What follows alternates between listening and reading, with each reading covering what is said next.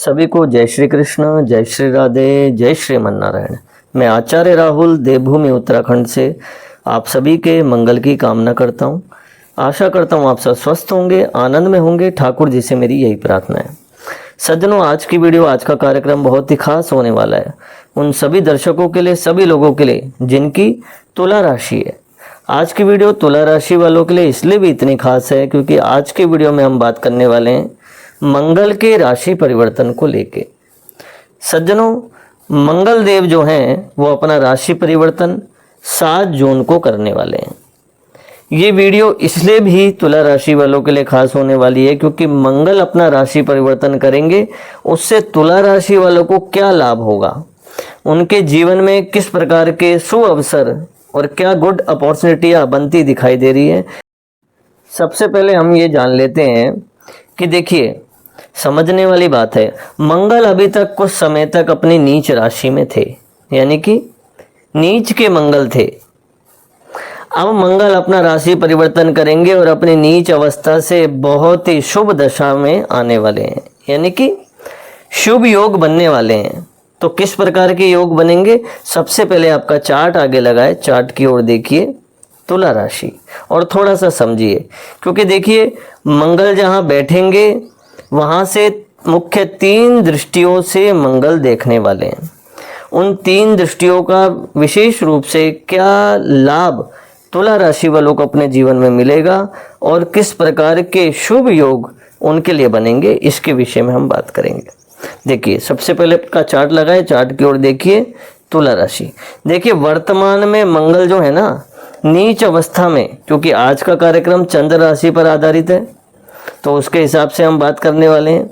तो अभी तक आपके चंद्र राशि के अनुसार जो आपकी कुंडली है उसमें विशेष रूप से मंगल जो है वो 10वें भाव में नीच के होके बैठे हुए थे, यानी कि तुला राशि, मेहनत बहुत हो रही थी, फल उसके हिसाब से नहीं मिल रहा था, तरक्की नहीं हो रही थी। बिजनेस हो, व्यापार हो, कर्म भूमि हो, उसमें कहीं ना कहीं आप मेहनत बहुत कर रहे हैं लेकिन उसके अनुसार आपको फल की प्राप्ति नहीं हो रही है। मतलब मेहनत ज़्यादा और उसके हिसाब से लाभ कम, या फिर कई काम आपके ऐसे हैं जो अटके हुए हैं। तो इस तरीके की स्थिति आपके लिए विशेष रूप से बनी हुई थी। अब मंगल जो है वो लाभ भाव में जाएंगे आपके, यानी कि 10वें भाव से निकलकर एकादश भाव में जाएंगे, लाभ भाव में। तो लाभ की स्थितियां बढ़ेंगी, लाभ की स्थितियां तो बढ़ने वाली हैं, परिवर्तन जीवन में होने वाला है। लेकिन एक बात समझने वाली है कि गोचरीय ग्रहों की बात करें तो मंगल जब अपना 7 जून को राशि परिवर्तन करेंगे तो उनके साथ केतु भी वहां बैठेंगे लाभ भाव में, तो अंगारक योग बनेगा।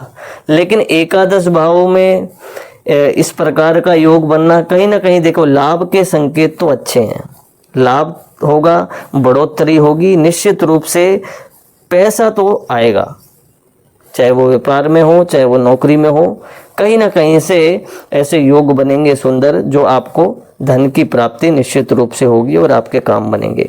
इसी के साथ साथ मंगल की दृष्टि सीधे, चतुर्थ दृष्टि मंगल की सीधे द्वितीय भाव में पड़ रही है, यानी कि धन भाव में।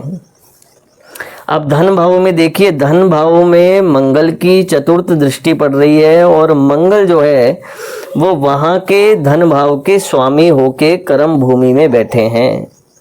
तो ये एक प्लस पॉइंट तुला राशि वालों के लिए। देखिए, कहीं ना कहीं धन प्राप्ति के योग अच्छे बन रहे हैं, यानी कि धन प्राप्ति और धन स्थान के स्वामी होकर और विशेष रूप से 7वें भाव के स्वामी होकर आपके 10वें भाव में बैठे हैं, 2 स्थानों के स्वामी होके। तो यानी कि कर्म भूमि से धन की प्राप्ति होगी, धन में वृद्धि होगी और पत्नी पक्ष से भी विशेष रूप से सफलताएं मिल सकती हैं, संबंध अच्छे हो सकते हैं, प्रेम बढ़ सकता है, कहीं आप सुंदर यात्रा के लिए जा सकते हैं, ऐसे एक योग बनेंगे। लेकिन साथ साथ देखिए, द्वितीय भाव में मंगल की चतुर्दृष्टि धन प्राप्ति के योग उत्तम बनाएगी। कहीं ना कहीं जैसा आप सोच रहे थे वैसा धीरे धीरे करके आप देखेंगे कि हो रहा है। जो आपने मेहनत करी है उसके अनुसार उतना ही आपको प्राप्ति हो रही है निश्चित रूप से। देखिए पंचम भाव में भी मंगल की सप्तम दृष्टि जा रही है, तो शिक्षा के क्षेत्र में जो स्टूडेंट वर्क कर रहे हैं, जो छात्रगण हैं, जो शिक्षा की तैयारी कर रहे हैं, परीक्षा की तैयारी कर रहे हैं, नौकरी की तैयारी कर रहे हैं, उनके लिए भी देखिए कहीं ना कहीं गुड अपॉर्चुनिटी बनती दिखाई दे रही है। लेकिन एक बात मैं आपको कह दूं कि गोचरीय ग्रहों के हिसाब से वहाँ पे भी राहु विद्यमान है, तो कहीं ना कहीं मंगल की दृष्टि वहाँ पड़ रही है, शुभ योग बनेंगे।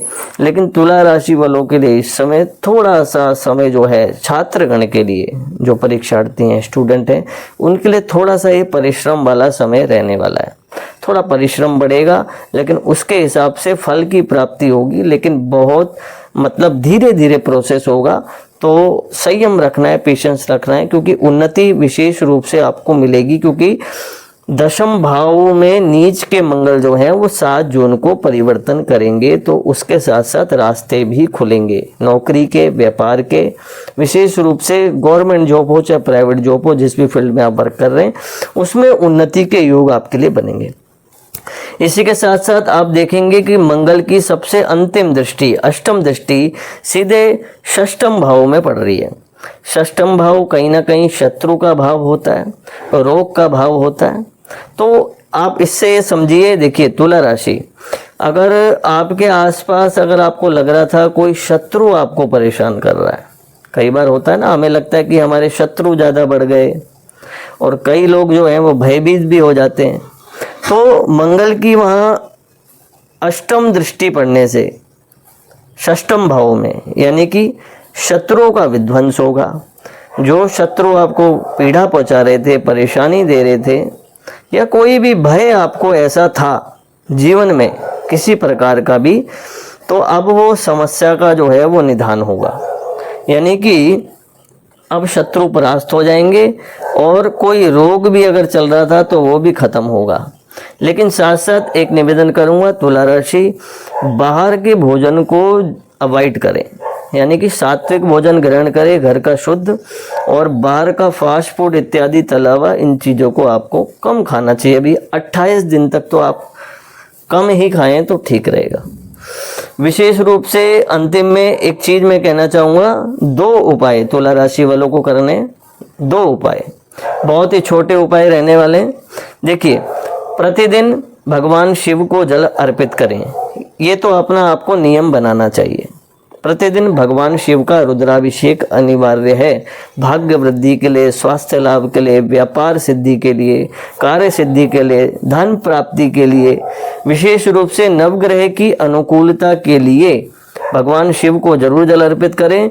और आपके राशि के स्वामी शुक्र देव बनते हैं, तो शुक्रवार के दिन माँ भगवती परम्बा जगदम्बा को लाल पुष्प और श्रृंगार जरूर आपको अर्पित करना चाहिए। तुला राशि, ना तो शनि की 7.5 चल रही है, ना शनि की ढैया चल रही है, कुछ नहीं चल रहा है, लेकिन आपके लग्न कुंडली के हिसाब से जो आपका डेट ऑफ बर्थ है उसके अनुसार आपकी कुंडली मैंने देखी नहीं है, उसमें आपकी कौन सी महादशा चल रही है, अधिक जानकारी के लिए ये देखना परम आवश्यक होता है। उसमें आपकी महादशा क्या चल रही है, क्या योग हैं, और मंगल की स्थिति आपकी जन्म तारीख के हिसाब से, लग्न कुंडली के हिसाब से मंगल आपके किस स्थान पर, उनका क्या प्रभाव है, ये भी स्थिति देखने वाली होती है। तो अधिक जानकारी के लिए अपनी कुंडली जरूर दिखाएं। नंबर आपको हमारे चैनल पर प्राप्त हो जाएगा, वीडियो के लिंक में भी प्राप्त हो जाएगा, आप नंबर ले सकते हैं, अपनी कुंडली दिखा सकते हैं। तब तक के लिए दोस्तों मिलता हूँ नेक्स्ट वीडियो में। जय श्री कृष्ण, जय श्री राधे।